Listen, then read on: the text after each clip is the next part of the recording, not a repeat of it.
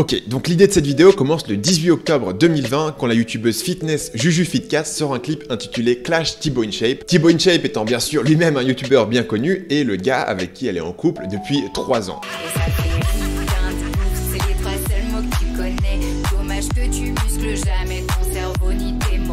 Sans énorme surprise, le clip cartonne, il passe numéro 1 des tendances, alors que la valeur de production de ce clip, le choix du décor, une station-service, je ne sais pas, peut-être qu'il y a une inside joke du rapport entre Thibaut InShape et la station-service, mais en tout cas ça cartonne. Parce qu'avec plus de 13 millions de vues, cette vidéo est de loin la vidéo la plus vue de sa chaîne, et c'est un clash qui avait d'ailleurs été teasé sur les réseaux sociaux par Thibaut et Justine à coups de tweets et de stories Instagram. On a donc, encore une fois sans surprise, le 20 octobre, le clash de réponse de Thibaut.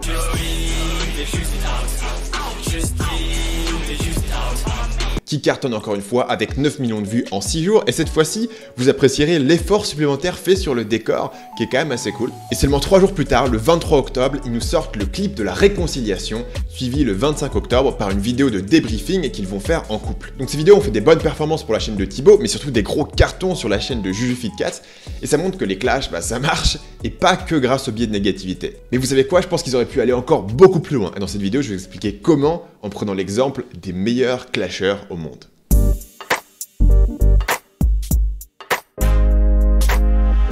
Deux jours après leur clip de réconciliation, Justine et Thibaut sortent une vidéo de débriefing dans laquelle ils expliquent 3 choses. Qu'ils se sont inspirés des frères Paul, les célèbres vlogueurs américains, qu'ils ont voulu inciter leur public à prendre du recul sur les réseaux sociaux et les rumeurs en leur montrant que des petits tweets ou des petites stories sur Instagram allaient être portés en dehors de proportion, avec même des gens qui accusaient Thibaut d'avoir battu Juju et que c'était la raison du clash. Et troisièmement, ils veulent faire passer un message de prévention sur le harcèlement en montrant tous les tweets injurieux qu'ils ont reçus, ce qui, dit comme ça, semble un peu étrange, mais Juju nous montre que depuis les dernières années, elle a fait une vidéo chaque année sur cette cause qui lui tient à cœur, et que donc c'était quelque chose qu'il voulait mettre en place dans ce clash.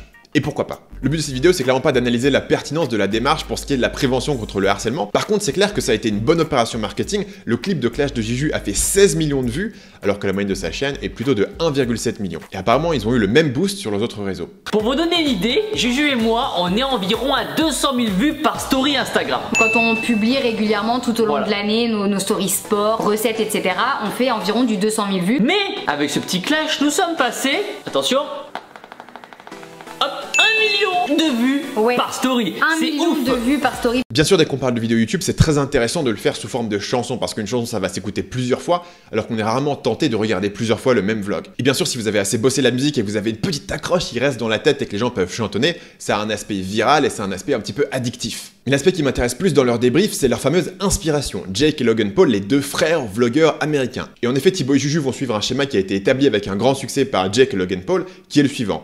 Un clash, une réponse, une vidéo de réconciliation. Mais pas tout à fait, parce que les frères Paul ont été beaucoup plus loin dans le délire.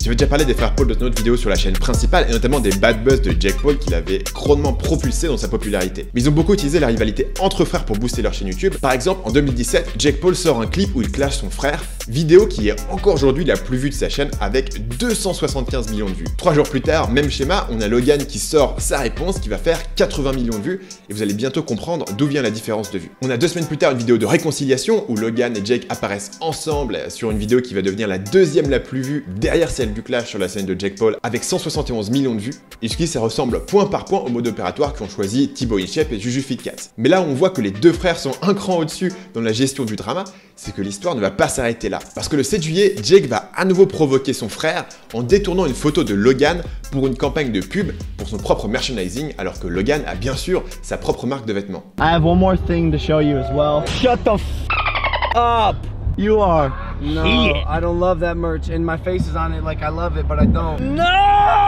Suite à ça, le 9 juillet, Logan Paul fait un vlog au sujet du second couplet de son clash, un couplet qui était apparemment tellement violent qu'il l'avait autant censuré pour ne pas blesser son frère. There is a second verse, but I'm not gonna release it. I don't get upset often, but as someone who is the bigger brother, as someone who wants to be a role model, I'm going to step down before the damage is irreversible. Et puis après ça, Logan annonce que ce second couplet caché, qui était tellement violent qu'il ne pouvait pas le publier, va finalement sortir en représailles aux actions de son frère. I made it. I spent time and money doing it. Why don't I just release it? You're releasing it? Yeah, it's about to come on. Probably like 5 to 10 seconds or so. Il ajoute le couplet en question à la fin de son vlog, puis il sort la version intégrale de The Fall of Jake Paul le lendemain, et c'est un jackpot avec 264 millions de vues. Et dans cette histoire, on a tout, c'est un soap opéra moderne. On a des rebondissements, on a du suspense, on a des retournements de situation, on a ce couplet qui est tenu comme une épée de Damoclès et on se demande s'il va finir par sortir. C'est du grand cinéma. Et donc on voit déjà comment ce clash va un cran au-delà de l'opération de Juju et de Thibaut qui se termine finalement assez vite. Eux, ils savent le faire durer, mais pour les frères Paul, ce n'était encore qu'un coup d'essai et ils vont réussir à faire encore beaucoup plus gros.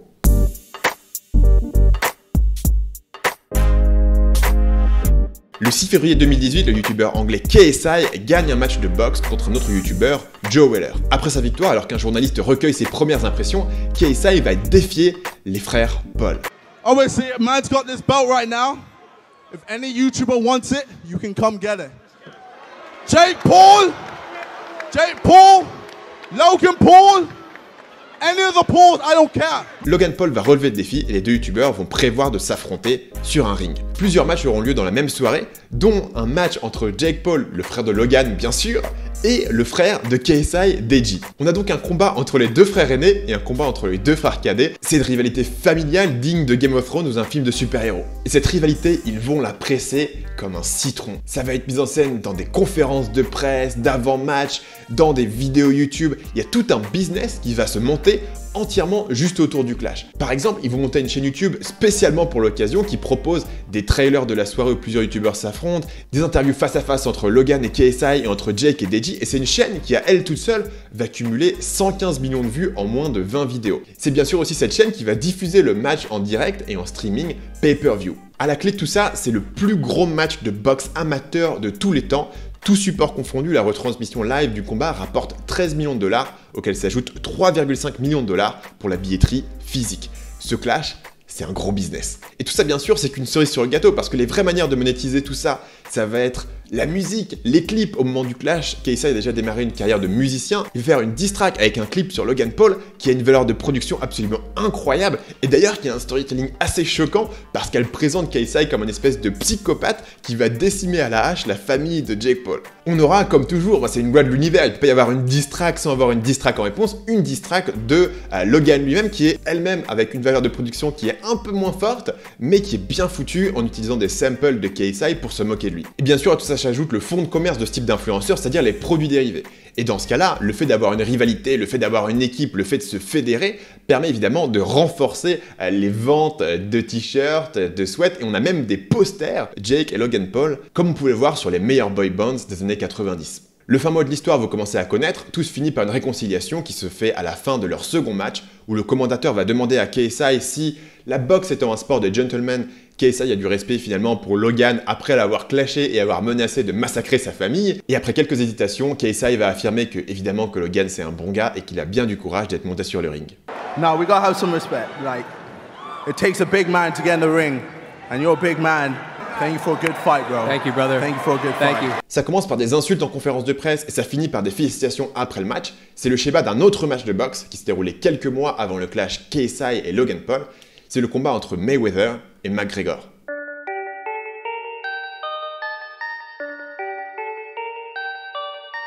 Le match de boxe entre McGregor et Mayweather était un événement parce que McGregor est une star dans le MMA et Mayweather est une légende dans la boxe anglaise. Le match a rapporté entre 382 et 450 milliards de dollars en pay-per-view. C'est le deuxième match le plus acheté en pay-per-view de l'histoire du sport. Mais ce qui est intéressant, c'est le marketing qui s'est fait autour. C'était pas seulement un match, c'était un événement. Il y a eu une espèce de tournée internationale avec 4 conférences de presse dans différentes villes, à Los Angeles, New York, Londres et Toronto.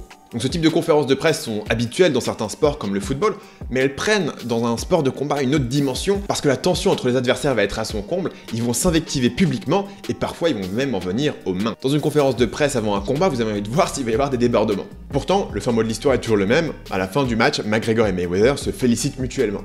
On pourrait se dire que c'est la magie du sport qui amène les deux rivaux à finir par se respecter, mais on pourrait aussi penser que leur animosité d'avant-match était un poil surjouée. Dans tous les cas, ce qui compte, c'est qu'on a donné aux spectateurs une bonne histoire à suivre. Et donc, si on suit le fil, le marketing du combat Mayweather contre McGregor suit la même structure que les clashs des frères Paul ou les clashs qu'ils ont eu avec KSI. Il y a une rivalité initiale qui va amener à la montée en tension, qui va amener à des insultes, qui va amener à monter la confrontation finale, jusqu'à arriver à un dénouement avec le combat, auquel va suivre une réconciliation. Quand les frères Paul se sont clashés, beaucoup d'internautes ont tout de suite suggéré que c'était monté de toutes pièces. Et il est bien probable que ce soit le cas parce que quand on regarde la timeline des clips, il est assez improbable que la réponse de Logan fût improvisée. Donc ça se voit dans les détails, il n'y a que 3 jours qui séparent les deux clips qui sont quand même des grosses productions. On a Logan qui va louer la même villa que Jake pour se moquer de lui. Il va même inviter l'ex de son frère à participer au clash pour l'humilier encore plus. Bref, c'est peu probable que ça soit montable en 3 jours seulement. Ça rejoint d'abord ce que disent Juju et Thibaut dans leur propre vidéo de débrief. Maintenant, ça fait vraiment 2 mois qu'on travaille dessus. On avait aussi enregistré en avance des stories et des snaps qu'on a republiés plus tard pour faire croire qu'on était en studio alors que la musique ça faisait 3 mois qu'elle était prête. Bien sûr, on n'a jamais fait ça en une nuit. Mais contrairement à Juju et Thibaut, Jake et Logan n'ont jamais dit clairement que c'était du faux et que c'était monté de toutes pièces. Et ça renvoie à la notion de kayfabe qui est un terme qui vient du milieu du catch. Vous savez bien sûr que les combats de catch sont scriptés, c'est le cas depuis les années 20, et les catcheurs jouent des personnages non seulement sur le ring, mais aussi au dehors du ring, par exemple dans les interviews. La notion de kayfabe fait référence à ce mélange entre la fiction et la réalité, où l'acteur, le catcheur, va continuer à jouer son personnage, même en dehors de la scène. C'est ce qui différencie le kayfabe et le catch du théâtre par exemple, où un acteur va uniquement jouer son rôle sur scène. C'est quelque chose qui peut aller très loin, surtout si le catcheur joue un personnage méchant. Par exemple, le catcheur MJF avait fait un doigt d'honneur à un enfant venu lui demander une dédicace, parce que MJF reste à tout moment dans son personnage de mégalo, narcissique, ultra condescendant. Le terme de kayfabe était à l'origine utilisé dans le milieu du catch forain pour rappeler aux catcheurs de rester dans leur rôle dès que le public pouvait les voir.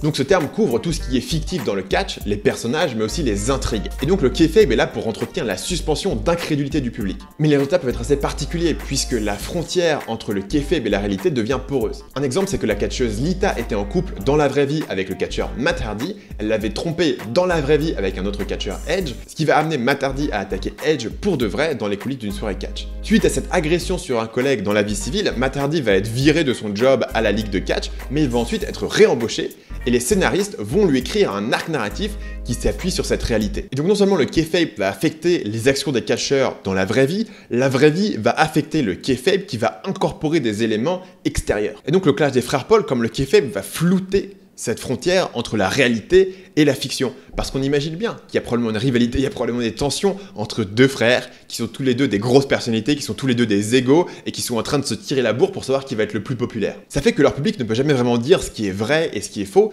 et où se trouve la frontière, et donc ça les aide à croire que tout est vrai et à se plonger à fond dans le drama qui leur est présenté. A mon avis, l'opportunité manquée du clash entre Juju et Thibaut, c'est qu'ils ont efficacement créé une tension et un suspense avec leurs 2 clips, mais ensuite ils l'ont immédiatement dégonflé. Ils n'ont pas vraiment capitalisé sur la tension pour construire quelque chose de plus gros, comme l'avaient fait Logan Paul et KSI avec le fameux combat. Et surtout, il nous manque la résolution émotionnelle. On n'a pas eu des culminations, on n'a pas eu d'affrontement final, on n'a pas eu de vrai dénouement.